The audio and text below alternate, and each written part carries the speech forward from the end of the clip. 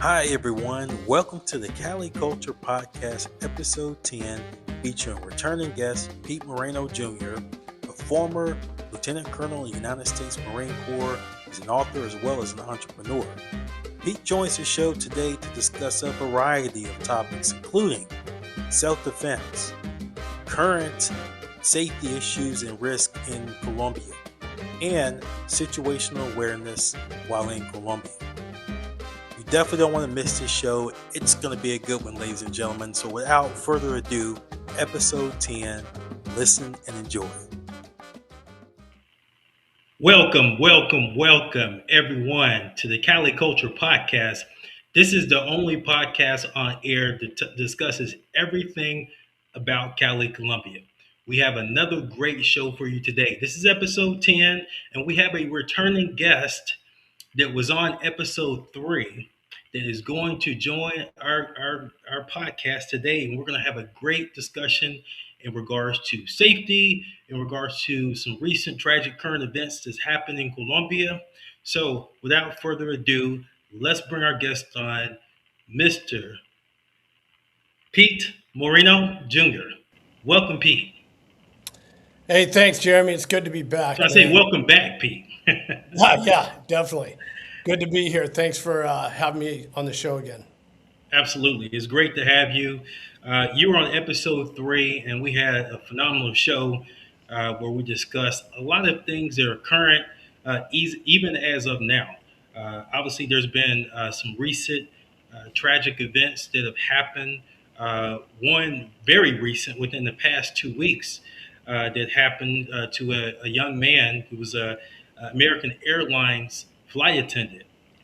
His name was Eric Fernando Guterres Molina, and he had a layover in Medellin. And unfortunately, he decided to go out with some coworkers. They met some unidentified people at the bar, and unfortunately, he left with them and went missing. And unfortunately, his body was found 5 days later. This is a very, very sad tragedy, Pete, and it's been happening way too much. Um, First of all, I want to say on behalf of everyone here at Cali Culture Podcast, we send our deepest sympathies and condolences to this young man's family. To be only 32 years of age and lose your life, just wanting to have a good time and party, unfortunately, is very, very tragic. Pete, these things have been happening way too many times, and we don't have all of the facts yet, although police, Colombian authorities do believe that it is foul play, and they do believe that some sort of drugging was involved. But we don't have all the facts yet, so we can't speculate. But what we can do is we could talk to other travelers, people that are thinking about going to Medellin or anywhere in Colombia, really anywhere in South America in general, and give them some words of wisdom. For those people, guys or ladies that are thinking about going out, Medellin or Cali or Cartagena, what advice would you give them? Well, the advice that I would give to them, and I'll just give it to you straight, no chaser here, Jeremy, is, and it's really intuitive because this is something that we learned as kids. Don't talk to strangers. Don't take candy from strangers, right? Mm-hmm. There's a difference between being social and then, leaving the party to go to the after party with people you don't know.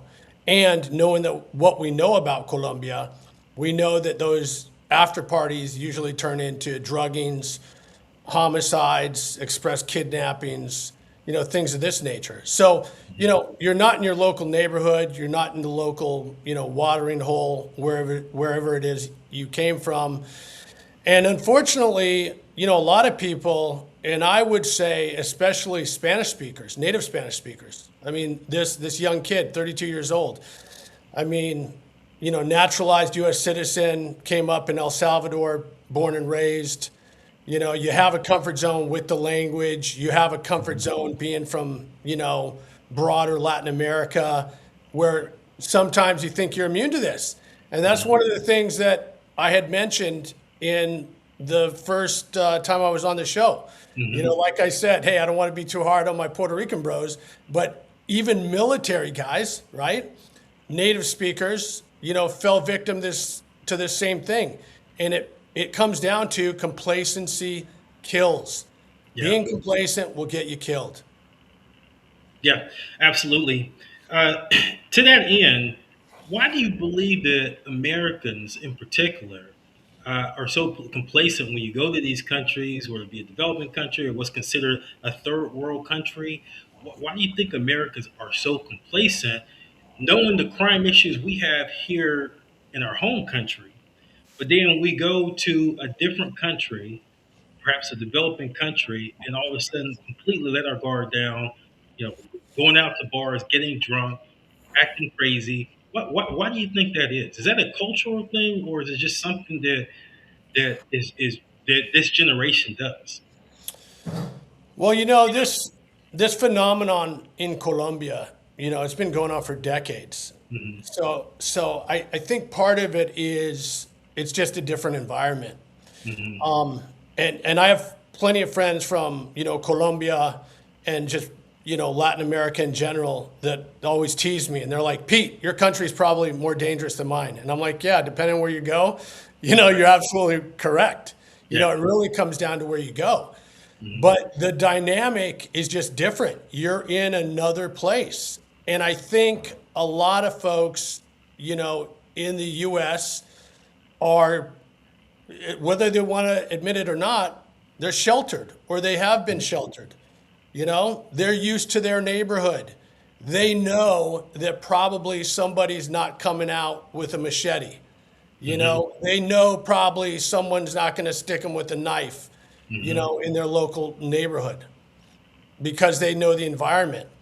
Right. So I think a lot of it is, the unknown. And that's why it's important to have some semblance of a framework on how to navigate the unknown. Hmm. Absolutely. Yeah, and when tragedies like what happened to this young man, Mr. Molina, unfortunately, when they happen, what I've noticed is a lot of Americans and Canadians and Europeans seem to get scared straight for like a 2 minute or a 2 month period. For 2 months, they don't want to go anywhere. They don't want to go out of the country. Right. They don't want to go to a bar. They stop drinking because they're literally scared. It shakes them. It rattles them. And Yep. then after that 2 months, it's like, okay, let's go to Mexico and let's go out and get drunk and not have a plan on how to get home. And let's go out and meet some women we don't know anything about them, and bring them back to our Airbnb. The same reckless behavior they fall into. And I think that's terrible. Why do you think that happens? Why do you think we as Americans, we hear about a tragic event and all of a sudden, we're scared straight for a little while, but then we revert back to the same reckless behavior? Well, I think there's two things going on there. The first part of it is human nature. I mean, if you have any, semblance of intellect, let's use the analogy of a car accident. You get in a car accident, you're a new driver, you may be scared to drive again after that, right? You're going to have that angst like, oh man, I got to watch out what I'm doing, that sort of thing. The other part of it is, I think, goes right back to complacency. Right. It goes right, Absolutely. it goes right back to it's not going to happen to me. Hmm. I'm not the one. Another analogy. Unfortunately, people on motorcycles. Oh, I'm a great motorcycle driver. Nothing's going to happen to me. Right. Yeah, you probably are a great motorcycle driver. But guess what? When you get broadsided by the 18-wheeler that plowed through the light, right? You're dead. So true. That is so true. And just to add to that, I am one of those people that I thought I could get on a Suzuki Gixxer motorcycle and drive crazy. I wouldn't say I was driving crazy, but I could have been more cautious. And I dropped the bike, and unfortunately, or fortunately for me, it was only a little bit of a road rash, but it could have been a lot worse. So you're Absolutely. exactly right. Complacency is the number one thing that gets people in terrible situations. And really, that's really what's the essence of your book slash manual. Colombia nightlife is don't be complacent. Use situational awareness. Don't get blackout drunk. Um, what was things like this that happened recently? Was that your motivation for writing your manual? Yeah, that was a lot of the motivation because, as I mentioned in the first podcast, a good buddy of mine, his cousin had been, drugged and killed down there in Cartagena. Hmm. Right. Then, of course, I saw all the stuff on social media. And then, of course, I lived down there for 3 years and, you hear these nightmares. But, I never got rolled, not Hmm. once. Right. So, Hmm. really, it comes down to having a framework. And, I know you're a martial artist, Jeremy. Hmm. And, just like with martial arts, you have certain ways that you're going to react to certain situations Right. and it becomes muscle memory. Hmm. Same thing with this. When you're really drunk at 2 or 3 in the morning, you're surrounded by strangers, you Hmm. think you may have been drugged, what's the next move? If you've never been exposed to this environment, if Hmm. you don't know what the actions are that should be happening on the objective, so to speak, right? On site Right. at that moment, you're in a compromising situation. And Right. you might be getting walked right out of there to get robbed or killed, like Hmm. this young man, unfortunately. So it Right. comes right back to having some sort of strategic framework, a holistic framework Hmm. to help you get through this. Absolutely. I totally agree with you. And when you were on the podcast last for episode 3, you really gave a good breakdown of your book slash manual for men that plan to go to Colombia and then experience the nightlife. There's absolutely nothing wrong with going to Colombia and experience nightlife, but you got to do it in a way where it won't get you in a bad situation or unalive. And so, for those viewers that have not seen or read your book, Pete, I definitely want to put it on screen in a minute. I want you to sort Okay. of give a brief synopsis of the book, and well, it could be brief or not. Just give a synopsis of your book and why it is imperative for men that are thinking about, well, men and women actually, but men in particular, because so many men to go to Medellin and Cartagena, why they need to go get this book immediately. Okay. Be happy to do that. All right, Jeremy. So, Colombian nightlife. Everyone can see this on the screen. So, really, the book. It's not a book in the traditional sense. It's not a novel. It's not something that needs to be, read cover to cover. Like I say, it's meant to, look at and run it fast. Essentially, get the information you need to get and use it. So whether you're on the plane, whether you're at the airport, whether you're ready to go out, there's something in there for you. The book contains 9 protocols, okay? And each one of these protocols, or the first 7 protocols actually, I have what's called the transgression of the protocol, which is a nightmare situation that happens. Someone getting killed, someone getting drugged, something like that. That's followed by a case study. Okay, hey, look, this is what happened. And then that's followed about, here's what you do to mitigate that. Okay, so in that sense, it's very solution oriented. The last 2 protocols, 8 and 9, they talk about what to do if you find yourself in a situation, right? Like you've been drugged, you got arrested by the police, and then Protocol 9 goes into how you are going to deal with the U.S. Embassy, phone numbers to call, things of that nature. The last part of that, Jeremy, is there's also a supplemental book to this. It's called the Nightlife Operations Toolkit. And that toolkit is available on Amazon. If you're a Kindle subscriber, it's free. And it's just pure information and checklists that you can actually screenshot, download, print, whatever you want to do. So you have this information, at your fingertips. And then of course, all this stuff comes in, digital formats and print. But that's the crux of it, man. It's just a framework on how to keep your ass out of a sling. Which again, it is this book is definitely written for the times because things have been happening way too much with Americans and Canadians, going to Colombia and Mexico and not coming back, or in some cases not even coming back whole, So I would highly recommend for any viewers, if you're a man, you're thinking about going to Colombia, go ahead and buy this book.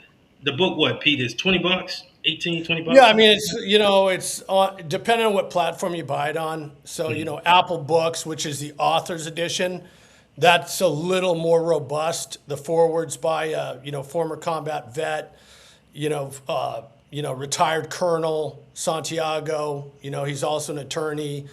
That guy is just a wealth of knowledge, and he put some bonus material in there for me that goes above and beyond those protocols that are extremely helpful. And probably would have, or could have, saved this young man's life had he at least had awareness about it. So back to your main question, yeah, Apple Books, Author's Edition, $19.99. All the other stuff is on Amazon, the normal edition, the Author's Edition, the Nightlife Operations Toolkit. And the standard edition is $9.99, the digital one. And then the paper copy is $14.99. So it's accessible. Absolutely. And the cost of drink, right? Yeah, exactly. You read my brain there. Literally, for the cost of a beer in America. In fact, you might pay with the tip. You might pay a little bit more for a beer in America. You can have this book. You have the digital version, or for a cost of 2 cocktails, or maybe even 1 cocktail, depending on what city you live in, you can have the paper copy. And it is good to have. I have my copy, and I've been going to Colombia for years and South America for years, but I have a copy because it's always good to remind yourself of safety practices and things that could happen. There's a lot of good information in the book, in the manual. It tells you what could happen. That's what you need to understand is what could happen. That's right. And going back to that, I think that martial arts analogy that I'd mentioned earlier, and how we train in the Marine Corps. You have to always be prepared. Right. You never know what you're going to get hit with.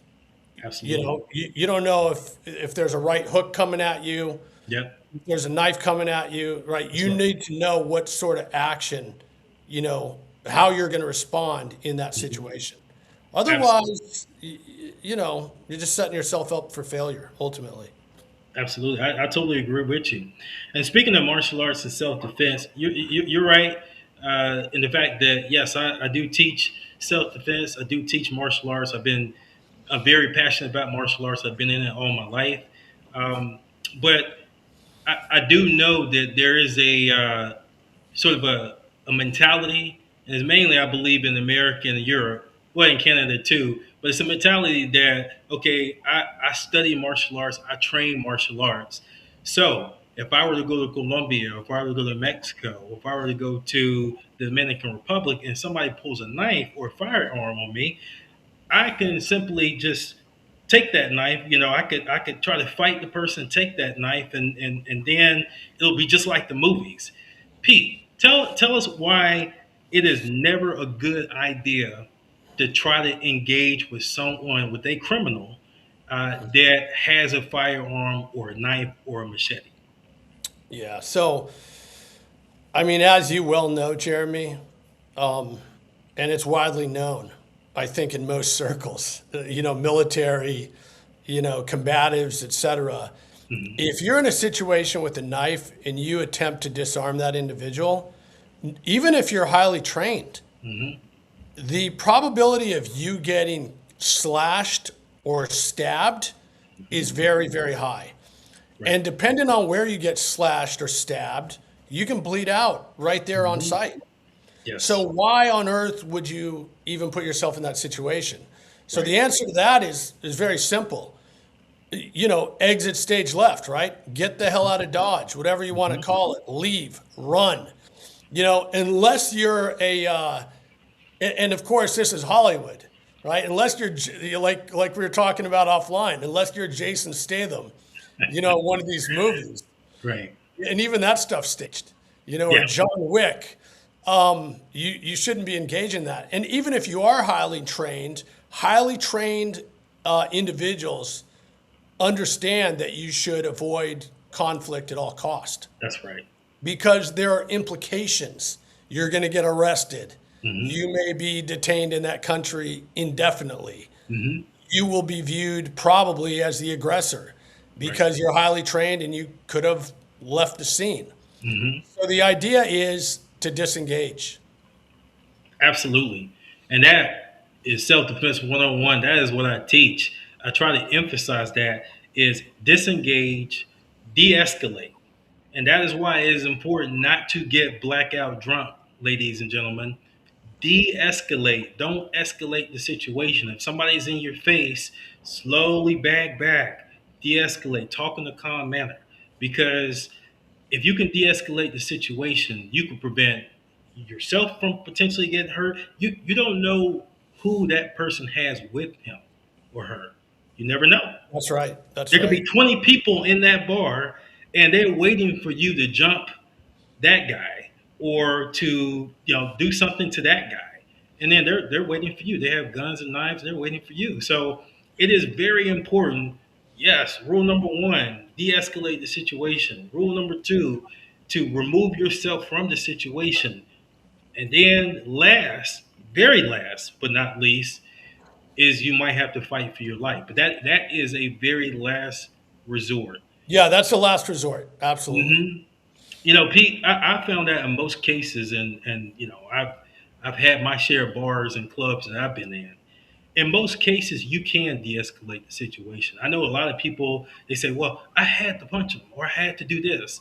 In most cases, you can de-escalate the situation just by how you talk, just by your body language. You're absolutely correct, and I'll add to that. And you got to forgive me. I can't remember which of the great Stoics said this. I don't know I can't remember if it was Marcus Aurelius or Aristotle or Socrates, but the quote goes something like, not everything requires a response. Mm-hmm. Right? That's right. You cannot respond and leave. Mm-hmm. Someone's insulting you, you can choose not to respond. That's right. And this is where you have to let your ego, get out of the way, get out of your way, and not be a hazard to yourself and everyone around you. Mm-hmm. I think the other part of that, Jeremy, is we talked a little bit about, what happens if you're at knife point or gun point and they're trying to take you out of the club. Right. To isolate you. Yeah. One of the interesting points there, and I recently saw some data on this from the FBI, is that if you are removed from the primary location, right, whether that's your vehicle, the nightclub, the hotel, your probability of being, killed it goes up exponentially. So the survival rate goes from, okay, I may get stabbed or shot to now I'm being removed out of this situation. Right. Okay. And I have a very low probability of living. And, in looking at, what happened to this young man at American Airlines, he left the venue with the other coworker. Now, we don't know, and we don't want to speculate, but we don't know if they were perhaps drugged already and led out of there, right? Or they decided, hey, we want to go to the after party at some obscure location. Right. And this is where the book comes in handy. You have to understand, you have to know how to handle that situation. And even if you don't read the book, you got to know. Everyone has that kind of sixth sense. They have that instinct. Hey, this isn't right. And you can say no. And it's important to be able to say no. Yeah, absolutely. And the good thing about it, the thing I love about your manual, Pete, is it is literally, you can apply those principles, those safety practices abroad or here in America. If you're in a nightclub in America and it doesn't feel right, leave. Get out of the situation. It's the same principle, no matter where you are. That's right. It really is. Yeah. I mean, there's some nuance, obviously, because it's Colombia, and they have some interesting ways of the criminal groups down there have some interesting methods for incapacitating you. But at least if you're aware of it and you know how to navigate it, you're going to be in a much better place. Absolutely. I agree. We were talking about the potential, and this has happened, by the way, in Colombia. In fact, a couple of years ago, it happened to an Asian American that went to Medellin. Obviously, he was trying to meet up with a young lady, and he was kidnapped. Pete, he was kidnapped. Obviously, they wanted a ransom. His family couldn't provide the ransom in time enough, and they literally tortured this young man. And obviously, they unalived him. But the fact of the matter is, he was in some undisclosed, location, probably in the mountains somewhere, Right. literally being tortured. And so, Yes. can you help the viewers understand that you never, ever want to be, like you said, leave with somebody to an undisclosed location, or physically put in a van or a car and taken away from that location? Why is that like the worst thing that could possibly be done? And then, obviously, and then, before you answer that question, obviously at that point it is a life or death situation. But Yeah. why is it so important for that person to stay and just literally try to fight for their life? I mean, if you leave, whether you're half drugged or you're leaving voluntarily with people you don't know, you're effectively, as far as I'm concerned, and this is based on data, right? This is based on these actual stories that are occurring, unfortunately. You're signing your own death warrant. Right. That's what you're doing. Right. Okay. And, one of the chapters in the book talks about this. And there's a 1-page, protocol that you can just look at, and it'll tell you, like, hey, I think I've been drugged. What should I do? Well, one of the things you should do is you need to stay in a public area that's very well lit. Right.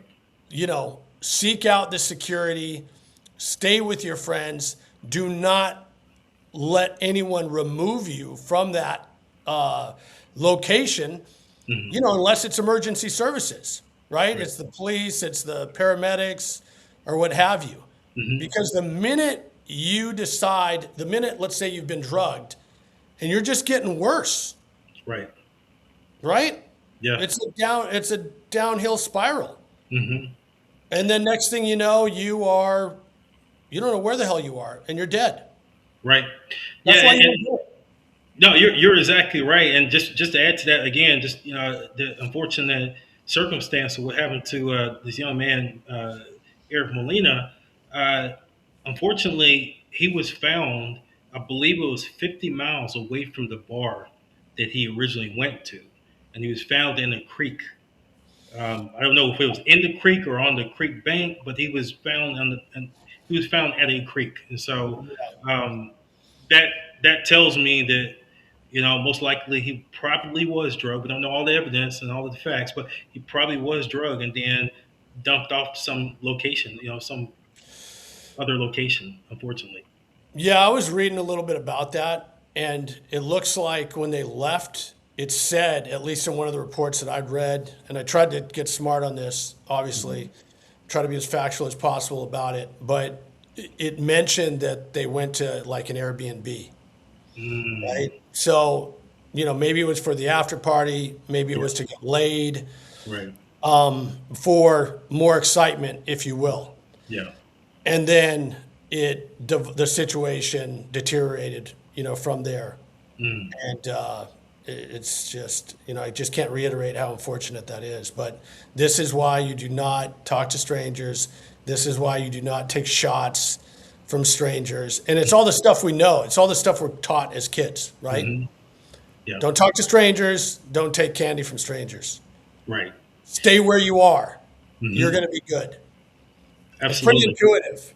But the problem is people lose their minds, Yeah. and especially in Medellin, or I would say in Colombia in general. I mean, the women are so beautiful, Yeah. right? They're Oh, so yeah. beautiful. Like one's more beautiful than the next. But Mm-hmm. the problem is some of these women are predators, you Mm-hmm. know? So you've got, or they've got predator gangs that are Right. behind them. Yeah, no, you're And absolutely right. And unfortunately, like I said, it's happening way too much. It's to the point now where um, it's to the point now where if people don't wake up, then I don't know what will wake them up. But I definitely want to emphasize something you said, and that is, don't let them take you out. Don't let them take you and put you in a car or anything like that. So at this point, ladies and gentlemen, at that point, you do need to fight for your life. You need to grab whatever object you possibly can and literally fight for your life. A lot of you know that I was a cage fighter for almost 6 years. And, the difference in that type of fighting, in cage fighting, is at the end of the night, whether I win that fight or lose that fight, I know I'm going to walk out of the cage and go home. In that particular fighting scenario, you don't know if you're going to walk away. And so you literally have to fight for your life.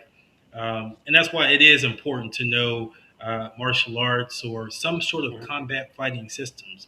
It is good to, because at that point you have to be reactive. So people, please keep that in mind that there is a point in time where you can't de-escalate, you can't control the outcome. It is literally a threat against your life, and you have to act accordingly. You have to fight for your life. So I just really wanted to make that point. Pete, did you want to add anything to that? yeah, I think the thing I wanted to add to that is, there's a lot of people out there that aren't trained. They don't know what to do. The most important thing is to not leave, to make a ruckus, make a lot of noise, Right. yell, scream, etc. Mm-hmm. And then if you believe your life is being threatened, as you and I both know, there are things called weapons of opportunity. Right. A weapon of opportunity could be a pen or a pencil. Mm-hmm. And so, it's a sharp object. I'm Right. not going to do a how-to, on your show, but there's a lot of different things you can do, Right. right? The same thing with a bottle. Mm-hmm. So there are ways to protect yourself in dire sorts of situations, especially if someone's got a gun at you or a knife and you can't get away. Absolutely. Yep. Well said.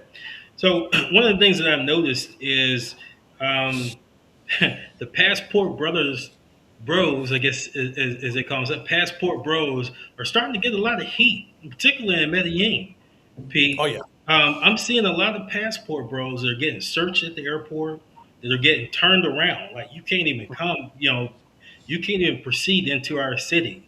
And I, I think it's, I really do believe that there is an initiative to not necessarily clean up Medellin, but maybe change the narrative and change the image a little bit. You could sort of see it with Colombian authorities. My question to you, Pete, is: do you think this whole passport bro movement is coming to an end, or is this just a phase of we're going to crack down on them a little bit? We're going to try to get the some of these pedos that we know are going to Colombia. We're going to try to get some of the guys to just exploit the women. Do you think this is a phase, or this is like here to stay? I think it's here to stay, because nobody likes that, and Right. I know that Colombians especially do not appreciate, as much as they may love the tourism, right, and Mm-hmm. it's generating revenue, and Mm-hmm. people are making money. They're not going to tolerate their women being exploited. Right. So I definitely believe there's a paradigm shift. I think it's here to stay, and I think those guys are going to be in a situation. So I think, as we discussed in episode 3, it's about having the right tourists. Mm-hmm.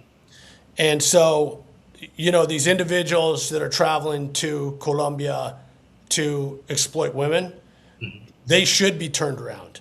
Yeah, I agree. They should be placed in handcuffs. They should be prosecuted to the fullest extent of the law. Mm-hmm. And I'm glad to see the Colombian authorities doing that.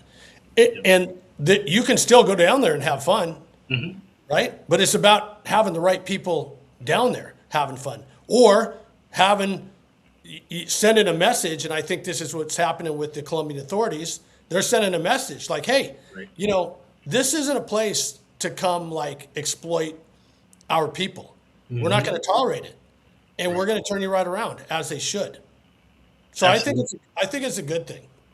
No, I agree. I 100% agree. It's a good thing. Colombia is a beautiful country, and people go there for a lot of times for the wrong reasons. But a lot of people don't even realize that there's two coasts. Colombia is surrounded by two coasts, Atlantic and Pacific. A lot That's of right. people don't realize that there's a percentage. I think it's about 8% of the Amazon rainforest is in Colombia. And so Yeah. there's a lot of things to do besides the nonsense, fellas. If you guys are thinking just about that, it is apparent Colombian authorities are cracking down on that. And I even read an article, Pete. This was recently, within the past 2 weeks, that I guess a young man, I say young man, a guy went to, uh, he flew into Medellin airport. They searched his bag, and he literally had rubbers. He had condoms, right? Oh I yeah, guess I a saw that load on of the them, news. and Yeah, they turned him around. yeah. I saw the same thing on the news. I'm like, oh man, this isn't good. The guy had basically like, I mean, I'm exaggerating, but it looked like he had a damn suitcase full of condoms. It's like, come on, man. They Yeah, have pharmacies down there. You can go, you can take care of yourself and be safe if that's what you're doing, right? absolutely. But yeah, it's a little much. It's a lot much. And let me just also emphasize, Pete, I know you're going to agree with me. For those, um, I won't use a word I want to say, but for those men, those men that should be locked up, they're going down there to prey on young women, underage women. They should be arrested and extradited to the U.S. or just leave them in Colombia, leave them in the Colombian jail. But Yeah, there's no way that should be going on. And so, right. um, if there's any viewers that you fit in that category, first of all, I don't want you anywhere near my podcast space. And the That's second right. thing is you should definitely be prosecuted to highest extent of law because that is just wrong That's right. to prey on young underage women. And we know that happens, Pete. We know that Yeah, happens. unfortunately. Yeah, I mean, it happens all over the world. And it's, I mean, we see it all over the news. And unfortunately, a lot of these individuals are not held accountable to the Right, extent they should be. right. You know, yeah, I don't want to go on too much of a rant about that, but yeah, we're in, as we say in the Marine Corps, we are in violent agreement on Right. that point. You know, Absolutely. and this goes, just to digress, for a moment, going back to the book, right? Hmm. I mean, this is for, and we touched upon this in episode 3. You mentioned a lot of women said, "Hey, why is it just for men?" It's not. It's not just for men. Hmm. It's for men and women. It's for travelers in general, Right. right? And it covers an amalgamation of different scenarios Hmm. that you could find yourself in, right? Yeah. So, Yeah, absolutely. And so just to emphasize that point, actually, ladies that are looking at this podcast now, this book is also for you. Columbia Nightlife by Pete Moreno Jr. is also, that book is good for you. The manual is good for you. And so I would highly encourage you all to go out and buy it as well, whether it be the digital or paperback copy. Go out and buy it as well because everyone, whether you're male or female, young or older, need to understand situational awareness. You need to understand basic principles of being safe in Colombia. There's a lot of solo female travelers that are interestingly going to Colombia yeah, by themselves, traveling, hiking, going out by themselves. I think it's interesting. yeah, I I don't think it's a bad thing, but I think it's risky, yeah. And I would say if you're going to do that, definitely get this manual because there's some things in there that are directly applicable to you as well. It can keep you safe.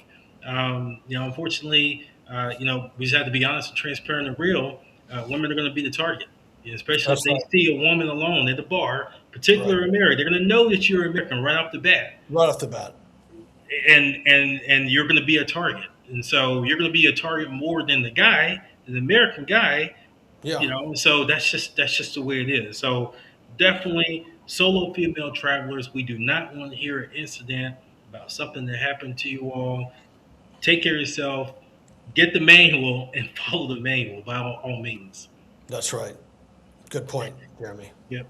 Now, Pete, there's something that I think that I don't think we really touched on this in episode 3, and I definitely want to touch on it. The fact that you know a lot of travelers go to Colombia, whether it be Medellin, Cali, Cartagena, Santa Marta, and they don't know that there are estratos. I think that's how you say it. Estratos, which are Right. different The social sections of the classes. city. Right. Mhm. Hmm. Yes, sections of the city, and the lower numbers from 0 to I believe is 3 or 4 are sort of the how do we say this politically correct, lower income Just neighborhood right. Right. areas, Yep. Yep. and then the higher from like 5 to 7 is the Hmm. more higher affluent areas where it's going to be less crime, more Hmm. tourists, more resources in regards to police and security guards. And so, if you're traveling to Colombia, you need to know these areas. Could you just shed a little light on that, Pete, is in regards to how a lot of people go to a city and they don't know the geography of the city, so they end up in a bad location. Maybe not purposely, but they just end up in a Right. bad location because they don't know where they're going. Yeah, I think most of the time it's on accident or by Hmm. accident. And I think some of it is on purpose out of curiosity. But it's like with any city. I mean, people that come to Miami, they Hmm. generally congregate at Miami Beach Hmm. or, downtown Miami on Brickell or some of these other, iconic parts. Now, you can come get lost in the hood and get yourself into a big problem, Yeah. you know. Same scenario with Colombia. So it would behoove you, if you're a visitor, to do your research. You can go to any number of resources out there. I mean, I don't cover the social stratum, in the book, Hmm. but generally speaking, if you don't want to find trouble, you want to be in nicer areas Right. as a general rule of thumb. The Hmm. other thing about it is when you're in generally nice areas, I'll use Bogota as an example. Hmm. They are not going to put up with the shenanigans from the criminal element Yeah. or from tourists, Right. right? So that's something to be cognizant of. Hmm. But I heard this on social media too, and I made a comment, I think, on Instagram. Someone had mentioned, hey, is Pereda going to Hmm. turn into Medellin? And my comment, very gently, but I'll be a little bit more coarse here, is, the people that live in Pereda, they have a way above average financial means, Yeah. wealth, and they do not tolerate, they will not tolerate the nonsense that's going on in Medellin. Hmm. Like, they won't let it happen. And it Hmm. will be, maybe it'll be a bloodbath of sorts. You, Hmm. you get me? So it's Yeah. sort of like, if you're going to go to the nicer areas, you need to conduct yourself accordingly. Absolutely. I agree with that. And I would say very close to the same thing in Cali.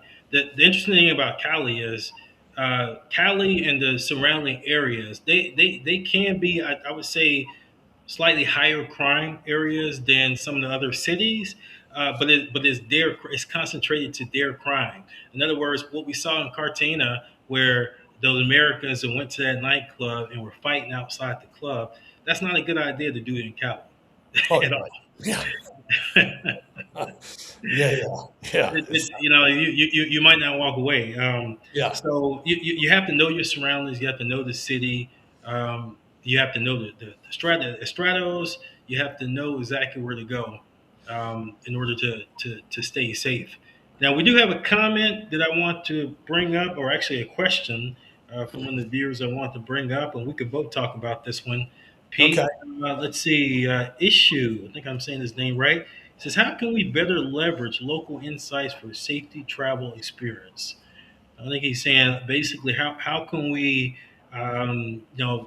take input from locals, or whether it be news or whether it be just a discussion, and apply that for our own travel safety. And I guess our meaning like tourists, travelers, expats, and immigrants. Yeah, so I'll take that on a little bit, I Hmm. think. So I think the important thing there, issue, and first of all, that's a great question, because it's always important to understand, what's happening on the ground. Now, I'll caveat that with you need to be getting your information from a reputable source. Right. That would be the local news, for example. That's one of the things I talk about in the book.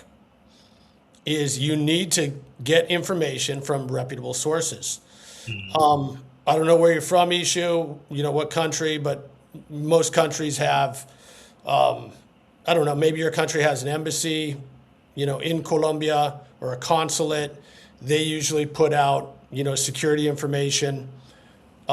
Usually it's a little bit more stringent. It'll scare people a lot of times, but I think it's better to be over aware than to be under aware.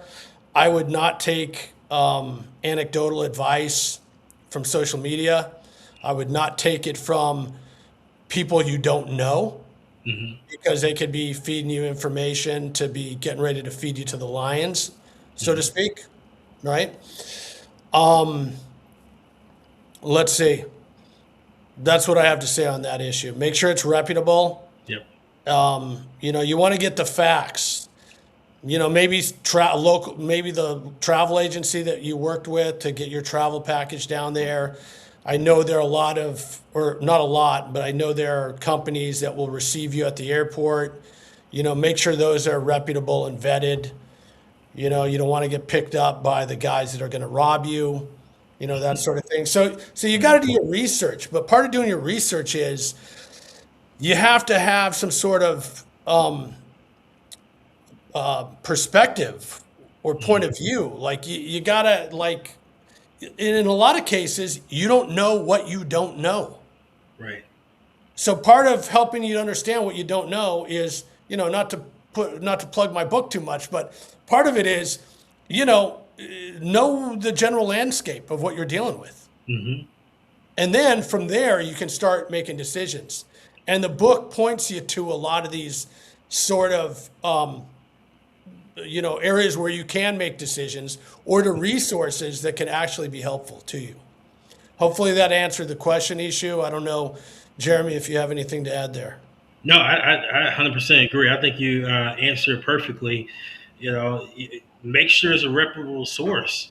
Make sure you're not listening to anyone, but at the same time, don't try to go on your own inclination, what you've heard in the States or whatever your own country is. Don't listen to that, because that just could be propaganda. So Right, exactly. You want to make sure it's reputable. But at the same time, like, you want to get some good, sound advice. So That's right. absolutely, I agree with that. Yeah. So Mhm. one other thing I wanted to add there, Jeremy, sorry for Mhm. cutting you off there. Sure. One thing I wanted to add there is, the first thing that everyone should be doing with anything you're doing in your life is seek first to understand. Whatever you're doing, seek first to understand. Right. Once you can do that, that's going to help you navigate almost anything. Yeah. I mean, not to oversimplify it, but, No, you're exactly right. That's seeking you shall find. I Yeah. try to understand what you're getting into. When I was younger, I did. There was a few times I would go to. I think it was actually even El Salvador. I went to El Salvador really with not knowing a lot about the country or the Right. area, and it's not the smartest thing to do. Oh You no, know? El Sal was a hot place back then, man. I was there in the very early 2000s before Colombia. Right. And it was the wild, wild west. I mean, today it's obviously a much different story. Yeah, it's definitely cleaned up. Their president has done a really good job of cleaning up the crime and corruption. So, absolutely, yep. Now, I was going to well, actually, before we go on, I did want to remind the viewers that if you do want to donate to the show, small donation, perfectly fine. There's the donation information is on the screen there. Set Venmo, Cash App, Zelle. So, ultimately our goal, we want to keep the lights on and keep this good podcast going. And so with your help, we can absolutely do that. So any small donation is much appreciated. Now, Pete, back to you. So do you believe, and I asked this question in episode 3, but I think it's so important, I'm going to ask it again in this episode. And that is, uh, these dating sites that these guys keep getting on to meet women. Why are you vehemently? I know you're vehemently against it because I remember episode your response to episode 3. Why is it not always a good thing to use these dating apps, whether it be Tinder or Bumble or whatever? I mean, we see it over, in case people don't understand, we see it over and over again in the news, tragedy after tragedy. Man hooks up with, this, just gorgeous woman, via Bumble or Tinder or whatever the heck it is, and invariably ends up drugged, robbed, and sometimes killed. So if you know that, if you seek first to understand, right, you should very quickly come to the conclusion that probably not a good idea to do that. Now, if you are going to do that, there are some guardrails on how to do that, and I speak to that in my book. Okay? So, if you insist on being on the, dating apps, which I do not recommend, and I overtly state that in the book, there are ways to sort of contain the situation. And I go into detail on what to do and how to manage that, because it is manageable, but it's not recommended. But again, people are going to do what they're going to do. and you can't fix, you cannot fix stupid, but you can definitely have a framework on how to manage it. That is so true. Yeah, you cannot fix stupid. That is 100% true. So, definitely, another saying that we say in Mississippi, you can only bring a horse to the water, to the well. You can't make him drink. Yep, So, I've heard that one. That's right. so this is the opportunity where this is information, this is inside knowledge, this is free game for the ladies and the men that are listening to this. Um, I want to ask this final question. I know what the answer is, and this even applies to me, by the way, but I want to hear your input. Okay. For those travelers or expats that are not bilingual, that are or additional languages challenge, I'll put it that way. Why is that not a good thing to consistently go to different countries and not be able to speak the language? Yeah, well, there's a couple of things here. The more languages you speak, and especially the local language of wherever you're visiting, even if you only know a little bit of the language, it's a sign of respect to the locals. Right. And as we know with Colombia, they're some of the most hospitable, nice people that are going to take you in and accommodate you. The criminal element, right? They're some of the most ruthless, people you'll run into too. Okay. So speaking the language, I think from a pure, respect point of view, even if you can't pronounce the words right, it's gonna be well received. The second part of that is, if you're running around in a nightlife situation and you're doing high risk activities and you don't speak the language, you can be getting had by the guy and girl right next to you because they're talking about how they're going to hem you up. Right in earshot of you. And you're smiling and nodding like, oh yeah, I understand. Yeah. And then you're gonna get it. Yeah. you're getting murdered later that night. Yeah. So to your point, Jeremy, it's for your safety. Mm-hmm. It's for your personal safety. Yeah. You want to be able to communicate. Like, what if you get drugged? You need help. You need to be able to ask for help. Hey, what happened to you? Oh man, I don't speak. Well, how are you going to explain that? So, or you're incapacitated trying to pull out your Google Maps. right, exactly. Yeah. So it's important to the extent that you can Right. try to learn the language. And Spanish isn't that difficult of a language to learn. I mean, most people here in the U.S., they're forced to take it at some point, a language in high school or something, right? Mm-hmm. And with all the different softwares out there, you got to be able to communicate. And I think even if you don't speak or you refuse to speak, there's apps that'll do the real-time translation for you. But there's nothing like understanding what is happening Right. in real time. Yeah. That is so true. I 1,000% agree with you. It's something that I'm really working diligently to learn. I speak some Spanish, but definitely not even close to being fluent. And I find myself understanding more than I'm able to speak. And that is important because you're exactly right. Somebody could be plotting against you right on the side of you or right Yeah. behind you. And, Yes. and you don't have a clue. Not have a clue is the worst thing. Oh, yeah. Yeah, that is the worst thing. That's the definition of getting like blindsided, Mm-hmm. Literally. Yeah. The other part of it is too, right? Beside the language, and I can't remember if we talked about this in the podcast, but you don't want to be conspicuous. You want to be inconspicuous. Mm-hmm. You do not want to be obnoxious. Right. You try not to stick out to where they're like you become a target. Mm-hmm. Yeah, you're exactly right. And I'll tell you, leave that. When we talked about this in episode 3, and I know you remember this. Leave that tough guy image or that tough guy attitude. Leave it in the States or in Europe or Canada, That's right. wherever your home country is. That's right. Not going to fly in a different country. They might smile, they might even laugh, but Right.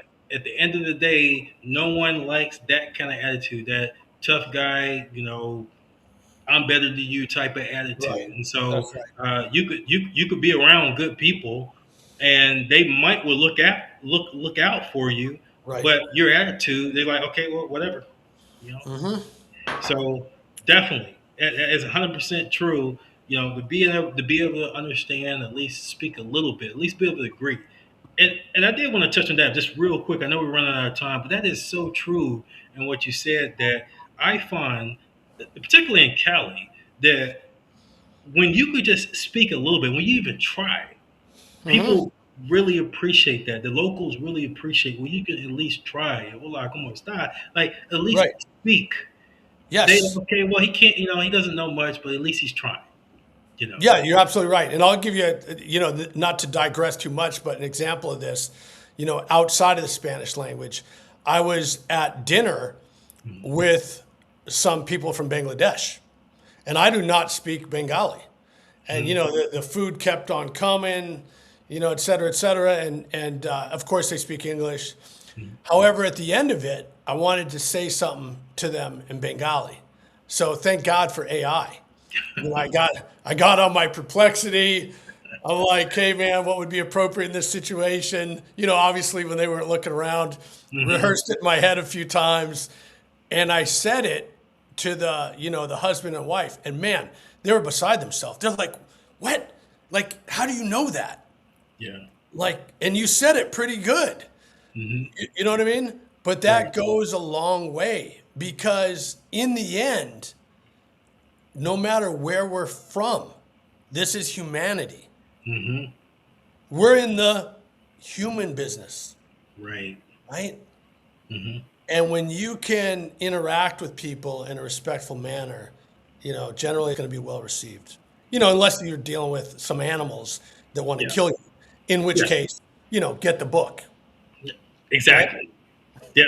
Get the book one way or another. Get the manual one way or another. I did want to mention this. Just came to my mind. I don't think I mentioned this in the previous podcast that we did episode, and that is, you know, you got to think about it in terms of if somebody was an immigrant here, right? If somebody was an immigrant here and they asked, do you speak Spanish? And if you said no, and then they continually, you don't speak Spanish? The first question, the first thing in your mind would be like, wait a minute, you're in America. You should be able to speak English. It's the same way on the other hand. It's the same way on the other foot. If you go to Colombia and you ask, hey, do you speak English? And they say no. All right, well, just leave it at that. Right. They probably do. You know, almost every Colombian that I've met speaks English or they can understand. You know, so if you're going there, you should have like at least be able to say, hey, how you doing? Exactly. Good evening. Thank you. Something like that. It goes a long way. Not to beat it to the horse, but it goes a long way. No, you're exactly right. Well, we reached our time, Pete. Obviously, it's always good to have you. We're going to do more collaborations too. For sure. In regards to podcasts, we have a lot to talk about in regards to South America, Colombia in particular. So definitely, it's been a pleasure. Another great episode, and I know the viewers took a lot of good information and input that they can apply in their travels, or even if they're thinking about relocating to Colombia or South America. So thanks again for being on the show, Pete, and I will talk to you very soon. Actually, you know what? Why don't you just give us some final words before we close out? Give us some final words. So final words. Well, it's Easter, so Feliz Pascua, right? Happy Easter to everyone out there. It's always great to have a discussion with you, Jeremy. I hope that the audience is, benefiting from this information. And Jeremy and I are both at your disposal. We're available to talk further beyond the platform if that's something people are interested in. And, just big shout out to your podcast, you and your podcast, Jeremy. Humbled as always, man, to be a guest, to be your guest. And, that's all I got, man. Happy Easter on that note. Absolutely. Happy Easter, everyone. Enjoy your weekend. I did want to remind you all that I do have a martial arts seminar next Saturday, a week from today. Mark it on your calendar if it's not already on your calendar. It's going to be Saturday in Cali at the Park de Pelo, which is dog park in the San Fernando area. It's going to be started around 11 o'clock a.m. Colombian time, and then we'll probably wrap up a little just afternoon. So this particular martial art, it is a Filipino martial art. It is based on open hand strikes and defending. It's based on the stick or baston, and it's based on the machete and knife fighting as well. So it's knife fighting, attacks, and defending as well. So very applicable, very relevant to to if you're a traveler, if you're a tourist, or even if you're a local too. It's relevant and good. It's a good martial art that you can add in your toolbox. If you're already a martial artist, you can add it to your toolbox, and it will definitely help you. So I hope to see you there. Until then, please have a wonderful day. Remember, Cali is Cali. Let's embrace the culture. Let's respect the culture. Let's love the culture. Cali is a place to be. Have a great day. See you the next time. Take care. Thank you for watching the Cali Culture Podcast with Jeremy Preston. Please remember to like, comment, and subscribe, and I will see you next week for our next episode.